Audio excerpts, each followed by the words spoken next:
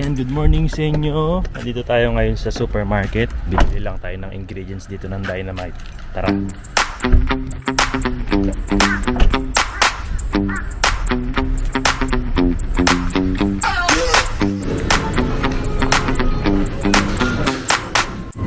So ayan, kuha tayo ng lumpia wrapper. Kuha rin tayo ng gulay para sa ating yakisoba. And syempre, kailangan din natin ng pork giniling. And syempre, ito hindi ito mawawala, yung cheese.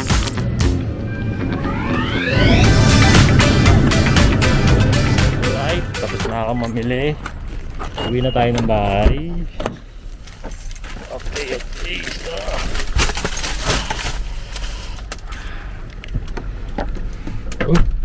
So yun, uwi na tayo ng bahay at para makapagluto na rin ng Dynamite.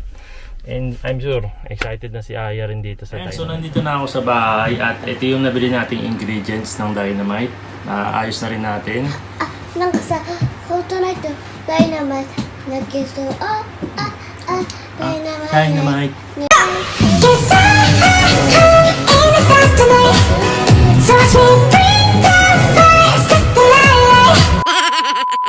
Gagamitin natin yung malaking sili, syempre, at saka syempre yung pork giniling. Ayan, kasi ang Dynamite kasi parang lumpiang Shanghai din yan. Na nilagyan lang natin ng malaking sili. So yun. At syempre, lagyan din natin ng cheese. Ayan, meron ako nabiling cheese. Ito. Sa supermarket dito sa Japan na nakaganito na. So hindi na natin kailangan magdiwa. No? Ready na siya para ilagay doon sa Dynamite. Balot na natin yung Dynamite, okay?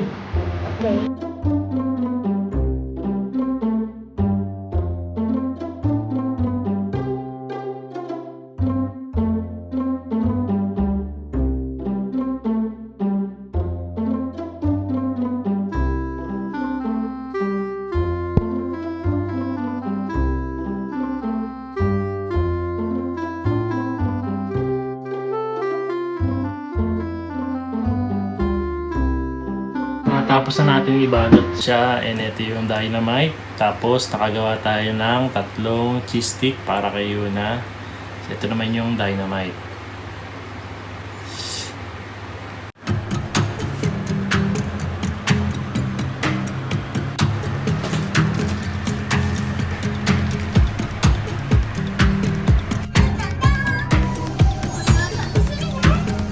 Ayun, nakaluto na ako ng Dynamite. Ayan, ito kasi hindi pa natitikman ni Aya, ni Yuna, saka ni Kuya EG.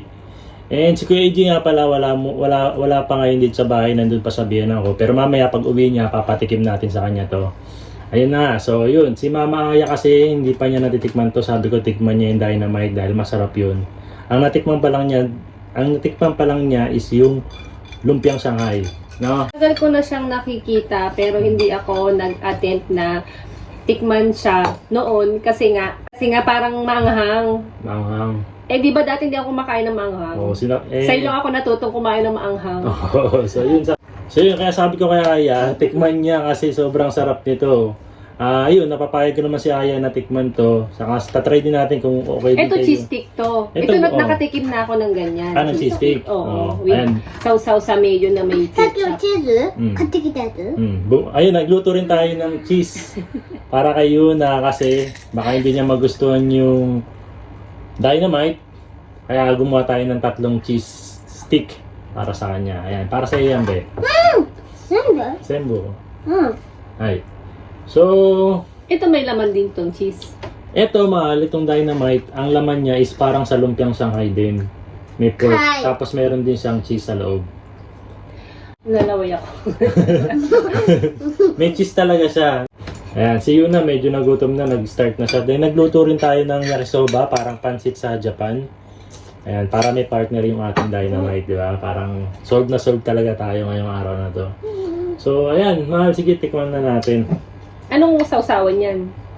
Ewan ko, ito lang, parang ako feeling ko ito masarap kasi para rin siyang lumpiang Shanghai, di ba? Pwede ba dyan yung Mang Tomas? Pwede rin siguro. Parang masarap Mang Tomas. Sige, try mo lang din dito sa Try mo na lang din dito sa sweet and sour. na sasawan. Ayan, ito yung Tignan mo ating Yummy. Itadakimasu. lumpiang Shanghai. Good. Good, good. Yan, very good yung baby ko. Oh. Be, try mo rin itong dynamite. Ah. Ajimi, No. PK dake. Itadakimasu. Hindi siya maanghang ha. Ha? Ba. Maanghang. Ha? Konti lang. Siguro hindi siya maanghang talaga para sa akin kasi ano siya. Bakit dynamite? Ha? Bakit dynamite? Pag dynamite, parang, ay, maanghang. Ganun, di ba? Oo nga, no. Pero ano siya kasi, sili siya na tinanggalan ng buto. Kasi yung sili, umaanghang lang yun dahil dun sa buto. Pero dahil tinanggal na yung buto, hindi na siya ganun kaanghang. Kumbaga makakain mo lang yung balat lang talaga. Oh, sige, tikman na natin.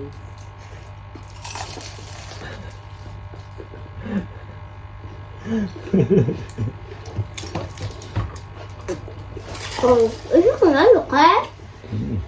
Kai? Teka lang, parang unang kagat balat. Ano, karay na ni?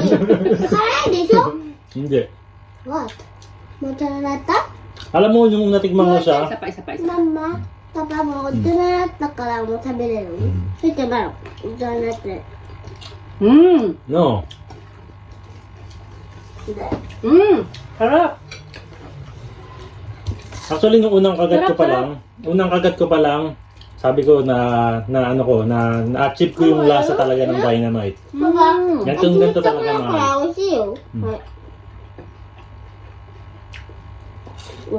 Honto ni be, karakonai. Aji Parang niste. medyo maanghang. Aji niste.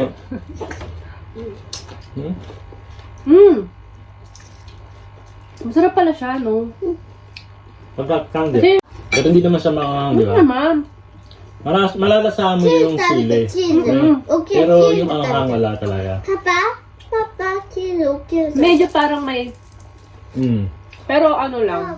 Kaya-kaya. Kaya-kaya kahit ng mga bata. Kaya Pero masarap ang Ushi. kalaman. Ushi. Sarap. Hatingin mo, ulit ka pa. Sarap.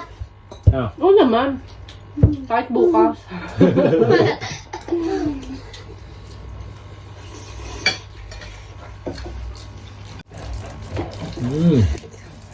Sarap. Sarap.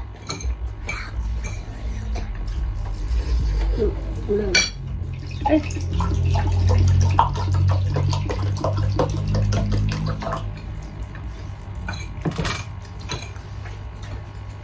Kaya siguro nga ako din nakakapansin na medyo parang di ba parang sabi nila, yung may nagsabi na parang medyo nagkalaman daw ako. Kasi mukbang tayo. Mukbang. Kain tayo ng kain kasi. Kain Ba? na kain.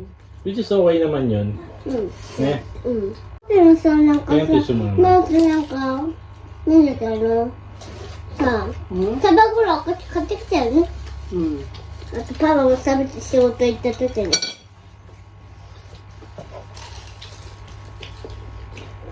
Masarap ba yung cheese stick? Yes. Favorite niya yan eh. Cheese eh. Nakadalawa na agad siya.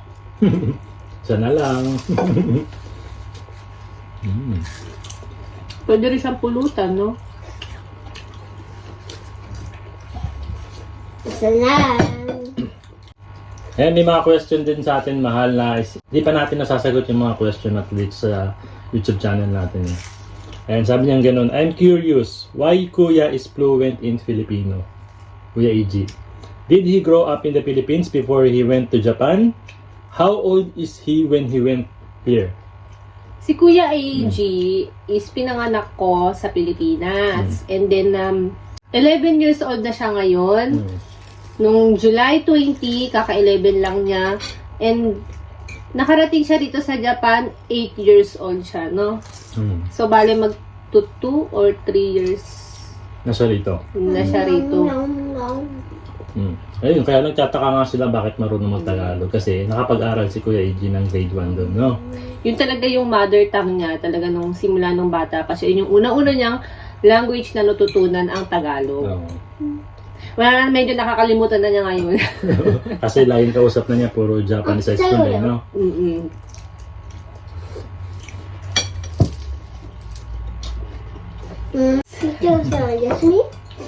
Kyo, yasumi desu, nichiyobi desu. Ayun, be. May nagtatanong sa atin, si Rowena 5. Sabi niya, Sir, tanong lang po, mas pipiliin mo bang maging asawa ang pure Haponesa o may lahing Pinoy pa rin? What? Iba po ba ang pananaw ng mga Hapon sa pamilya o parehas din ng Pinoy na mapagmahal sa family? Oh my God! Ayun yun sa unang question niya na kung pipiliin ko raw ba yung pure Haponesa o may lahing Pinoy. Ayan, siyempre, unang-una siyempre. Oh my God! Oh my God. Oh my God. Kung halimbawa single ako, hindi ko naman inaano na maging pure Haponesa ka or pure Pilipina ka o may halahing Hapon ka o may lahing Pilipino ka. Kasi para sa akin ang importante kung baga, kahit anong lahi ka, kahit anong lahi, yung makakasundo mo talaga siya. At kaya kayong mag-adjust sa isa't isa.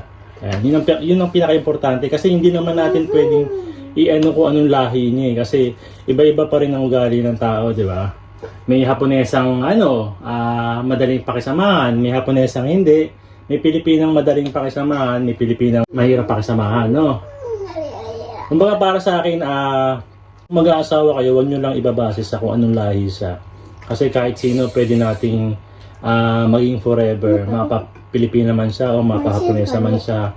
Basta kaya nyo mag-adjust sa isa't isa, kaya nyo pakisamahan yung isa't isa, kaya nyo, ayan, no? No, mahal? Tanong ni Maximo, mahal. Ikaw sasagutin to. Tanong ni Maximo Mendoza. Pwede bang ligawan ang biyenan mo? What? Joke lang. Oh my God. Kung available ba siya and ready to mingle. Eh kaso may... But, yung mama ko kasi is, and yung papa ko, matagal na silang hiwalay. Eh, nahanap na niya yung forever niya. Sa totoo lang, itong last week ba? 27th anniversary na yata nila eh. Oo. Wedding anniversary nila ng stepdad ko. Oo. Yung stepdad niya is Filipino. No. Saka happy talaga sila. Tapos meron din silang mga anak, kapatid ni Ayas, mga stepbrother and stepsister niya, no? Bale, meron akong 3 kapatid, yung 2 lalaki, which is kambal, tapos yung bunso namin, babae. Thank you nga po pala sa mga nanood nung last video natin, yung kasama yung mama ko. Nag-enjoy ang mama eh, no? Last time, no? Nag-enjoy siya eh. Actually, hindi niya alam yung surprise challenge natin sa kanya nung araw na yun. Kaya nagulat talaga siya na mag-grocery pala siya nun. So yun, ang dami nagre-request, mahal, na gusto nilang makita uli ang mama. So, kung meron kayong any comments or suggestions or reclamations, Nagagawing video kasama ang mama, no? itawag nyo lang. Itawag. I-comment nyo lang. Well, comment nyo lang dyan sa baba, then susubukan natin gawin yan kasama ang Mama Mila ulit, no? Sana hindi siya mabisi. So yun na, huwag nyo kalimutan i-comment sa baba, no? Para gawin natin yung kasama ang Mama Mila. Yun, napapadalas talaga yung kain namin ngayon sa mga video kasi sobrang nag-i-enjoy na sila sa Filipino food, no? Lalo na yung last video natin na bola-bola, kikiam, saka yung skid ball. Nag-enjoy ba kayo nun? Oo naman. Sarap. Sarap eh, no? Kuya Eddie, Sana next time, naman, parang barbecue. Ihaw-ihaw. barbecue. No? Baka meron silang mga isasuggest din, mahal, na gusto nilang Filipino food na makita sa video na kakainin natin, di ba? Kasi marami pang mga Filipino food na hindi Lechon, nakakain ganun. si ano eh. Ay, marami nag-request din nun. Lechon belly Parang daw. wala namang nabibili kasing yung Meron. buo. Meron. Sarap nun yung buo. Saan ba yung... Lechon belly may Sa nabibili. atin, ano yung parang sikat na yung lugar na parang talagang bilihan ng lechon? Laloma. Hindi ba Baliwag? Baliwag sa Laloma. May baliwag na lechon, merong Laloma, yung parang Milas lechon. Sa Nalala ko Laloma, nung, sa may Blooming Treat. kailan ba tayo umuwi ng Pilipinas? Tagal na, no? Oo. Baby pasiyo na, no? 2017. Nakita ko talaga mga nakahilera yung mga lechon sa labas. Di ba nadudumihan yun? No, nauso nga ng mga jeep, ng mga usukan jeep. Diba? Last time kasi umuwi kami 2017 kasama si Yuna sa si La Mama. Ayun. Yun yung last na uwi namin ngayon. Hindi na kami makabalik dahil nga sa pandemic eh. Paano kaya yun, di ba nasa labas yung nakahilera? Eh, ngayon na pandemic, kaya? Baka nakamas na sila. Baka mga nakamas na yung mga lechon doon.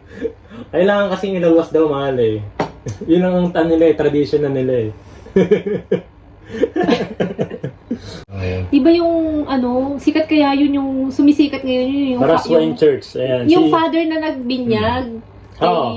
Yuna. Yung father na nagbinyag kay Yuna, sikat na yun sa Facebook, yung mga word of wisdom niya ngayon about God.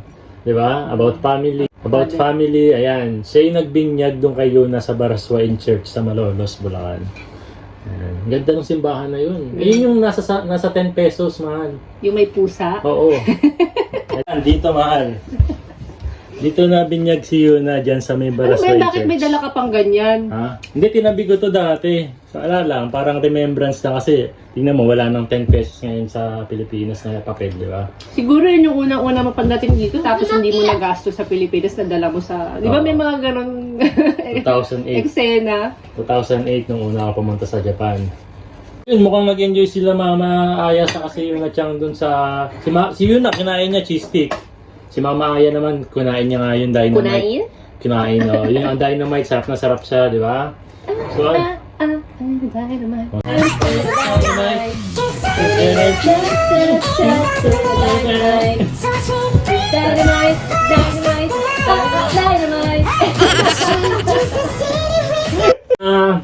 Sa tingin mo, kung i-rate mo tong dynamite na to, kung i-rate mo siya 1 to 10, anong ma-rate mo sa kanya? 10.5. Ay, Sumobra. Ayan, yung kinain mo kanina, masarap. Yes. Kung i-rate mo 1 to 10, ilan? What? wish ka. Yummy! Hanggang sa susunod na kainan. Ayan. Kaya kung hindi ka pa nakasubscribe sa aming channel, ay mag-subscribe ka na at i-hit mo na yung notification bell para laging updated sa aming mga bagong videos. Ayan, maraming salamat po sa inyong lahat and sayonara! Bye! Yun!